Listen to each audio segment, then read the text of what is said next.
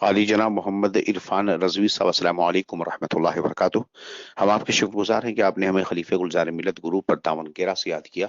اللہ رب العزت آپ کو جزائے خیر عطا فرمائے۔ آپ نے یہ پوچھا ہے کہ لڑکی کی طرف لڑکے کی طرف سب سنی ہیں اور رشتہ دار بھی سنی ہیں، اور لڑکی کے یہاں بھی ماں بہن بھائی رشتہ دار سب سنی ہیں، لیکن صرف لڑکی کے باپ جماعت والوں سے تعلق رکھتا ہے۔ تو اس صورت میں کیا حکم ہے؟ لڑکے والوں کے لیے، لیکن لڑکی کی ماں چاہتی ہے کہ سنی صحیح العقیدہ لڑکے کو دیکھ کر اپنی بیٹی کی شادی کر سکوں۔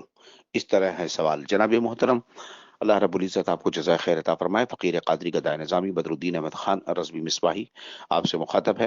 یہ اس دور کا بڑا المیہ ہے، اور یہ قرب قیامت اس طرح کے حالات تو بہرحال پیش آتے جائیں گے۔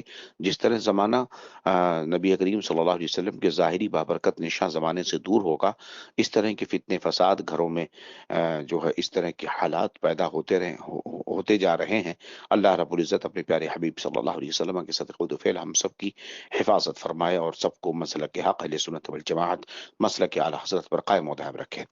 دیکھیں محترم، مگر یہ بھی ایک بہت بڑا المیہ ہے کہ آج کچھ لوگ اس طرح کے ہیلے بہانے کر کے غلط چیزوں کے تعلق سے اپنے آپ کو اس میں مبتلا کرتے ہیں جان بوجھ کر، اور بعد میں اس طرح کے ہیلے بہانے بناتے ہیں۔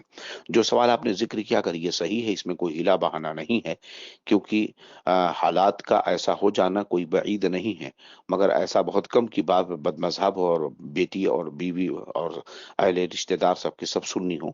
اگر بد مذہبی بئی مانا ہے کہ وہ کفریات سے مطلع نہیں ہے، بد مذہبوں کے تو اس کے سامنے، اس کے باپ کے سامنے بد مذہبوں کے کفریات اور ان کی کفری عبارتیں، ان کے عقائد کو کتابیں کھول کر کے دکھایا جائے، بتایا جائے۔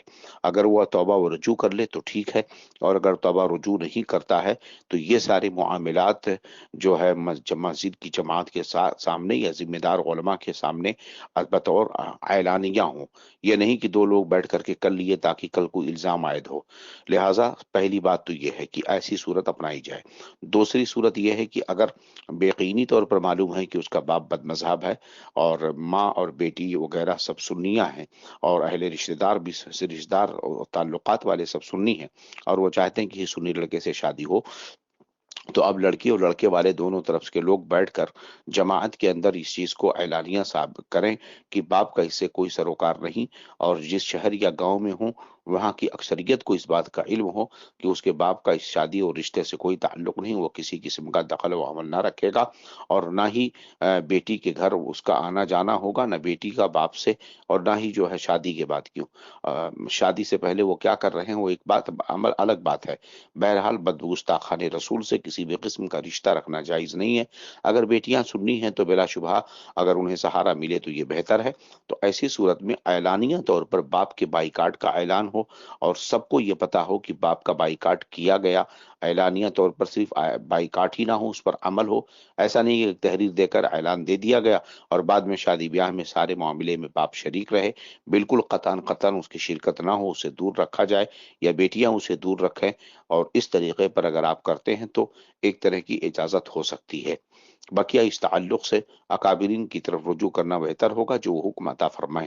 بہرحال یہی حکم انشاءاللہ ان کی طرف سے بھی آئے گا، لہٰذا احتیاط کی ضرورت کے تحت، اور جہاں تک بدگمانی میں مبتلا ہونا اور جو ہے ناجائز ہے، وہیں کسی کو بدگمانی میں مبتلا کرنا بھی یہ صحیح نہیں ہے۔ لہذا اگر کسی ایسے شخص کی بیٹی سے شادی کی گئی جس کے بارے میں یہ دعویٰ ہے کہ لڑکی سنیہ ہے اور ماں بھی سنیہ ہے، رشتہ دار سنیہ ہے، مگر باپ بد مذہب کے طور پر مشہور و معروف ہو، تو ایسی لڑکی سے اگر شادی کریں گے تو شادی کرنے والا اور شادی میں شریک ہونے والے سب پر الزام ہوگا، اور اتہام یہ ہوگا کہ بلا شبہ کہ یہ سب ایک ہیلے اور بہانے ہیں لڑکی کی سنی ہونے کا دعویٰ کرنے کا۔ لہذا پہلے اعلانیہ اس کا ثبوت ہو، اور ذمہ دار علماء کے سامنے اس طریقے کی وضاحت و اظہار ہو، اور یہ کنڈیشن طے کر لی جائے ان شرائط و قیود کے ساتھ، اور آئندہ اس پر عمل کریں، تب تو یہ صورت ہو سکتی ہے کہ شادی اور نکاح ہو، ورنہ بالکل قطعاً اس کی اجازت نہیں ہوگی۔ ہذا ما عندی واللہ اعلم بالصواب۔ السلام علیکم ورحمۃ اللہ وبرکاتہ۔